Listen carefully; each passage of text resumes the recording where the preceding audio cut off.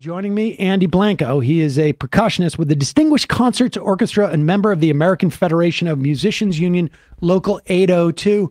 Andy, welcome to the program. This is exciting because you are literally in a practice space. I can hear you're a percussionist. I can hear the drums in the background. You're not playing them, obviously, during the interview. But what do you play? Do you play the big drums, or like what do you play? Yeah, as a percussionist, we're required to play anything in the percussion family, and that goes from instruments as small as the triangle to as large as the timpani and the bass drum. Okay, now what orchestra do you play in, and where does it usually do its work, and in what context?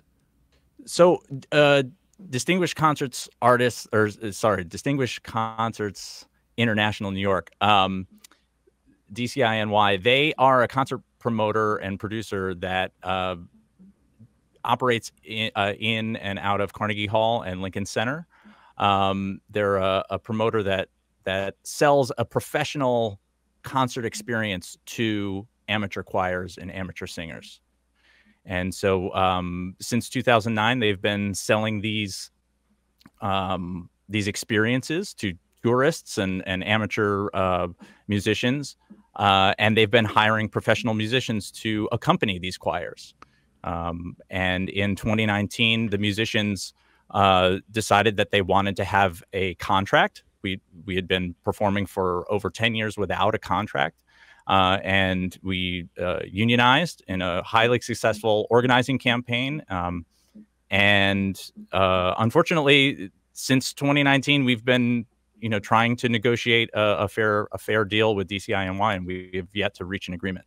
All right. And so just to be clear, my daughter did her chorus performance at Carnegie Hall this year. She had a performance there.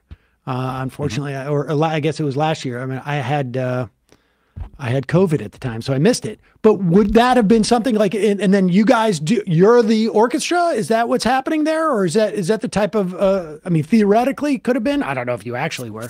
No, yeah, theoretically, that's exactly what they do. So the company solicits either church choirs or school choirs or community choirs and says, hey, we think that you'd be great to come to Carnegie Hall and perform. You'd love to have this experience, right? They're selling the experience of it's part arts, it's part tourism, it's arts tourism, right? So they come to Carnegie Hall, they sing on stage, they get that experience, but what they're selling is that professional level, right?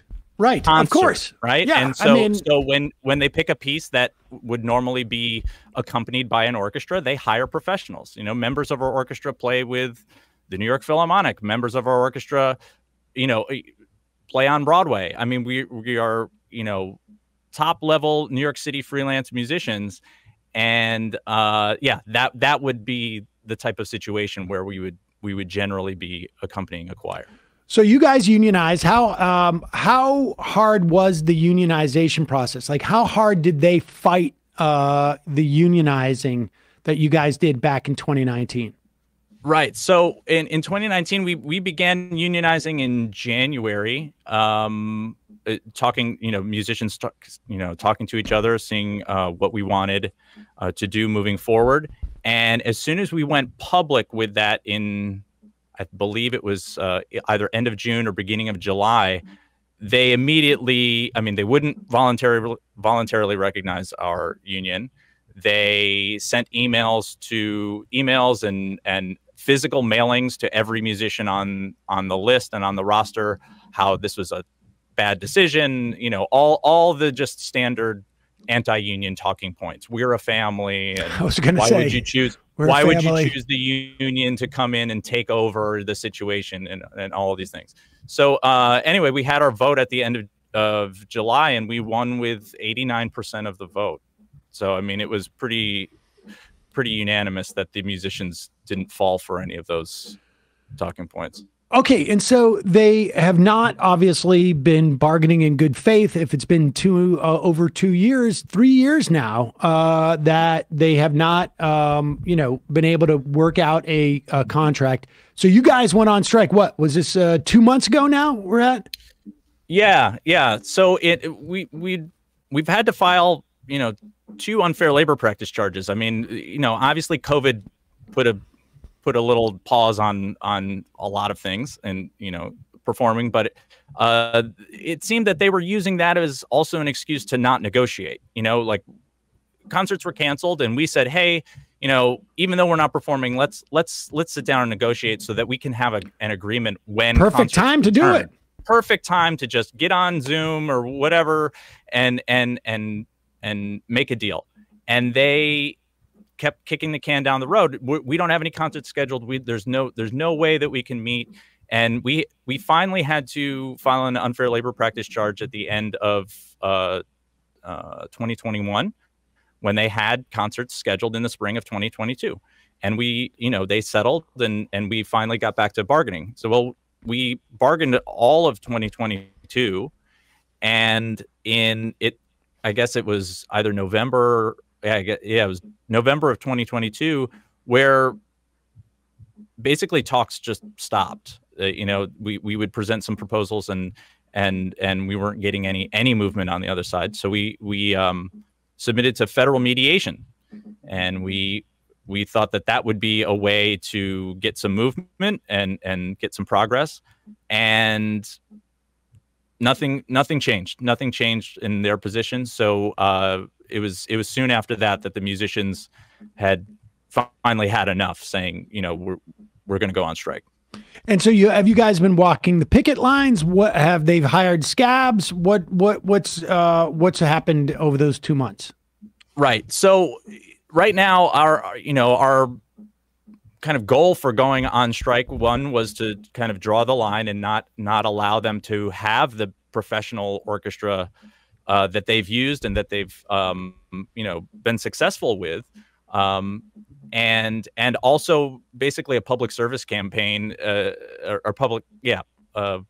publicity campaign, letting the choirs know that the professional orchestra that they are expecting to hear and expecting to perform with is not being treated fairly. So yeah, we're outside the concerts with leafleting the audience, leafleting the choirs, walking the picket line, and just letting everyone know where we are with things. And have they gotten scabs to fill in for you guys, or what are they doing? Are they just basically having, playing records? Right. Yeah, I mean, they've since we've been on strike, they've had some musicians play with them that aren't part of our orchestra that may or may not live in New York City. They get these choir directors from all around the country, and sometimes the choir directors bring in their own musicians.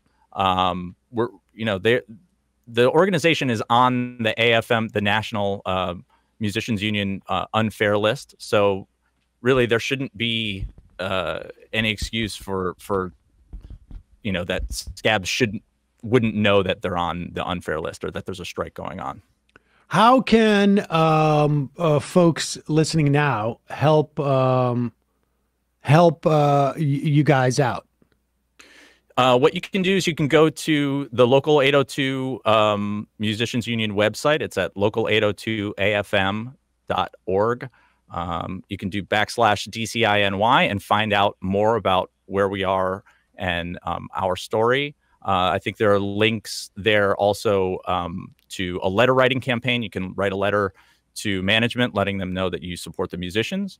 You can follow us on Instagram, Facebook, and every now and then we have things that people can do to support us. And what about the venues themselves? I mean, if these things are happening at Carnegie Hall or Lincoln Center, or what about pressuring these venues to not essentially house scab workers who are trying to hurt the professional musicians who really, make these places worthwhile to go? I mean, Carnegie Hall has great sound. Lincoln Center has great sound.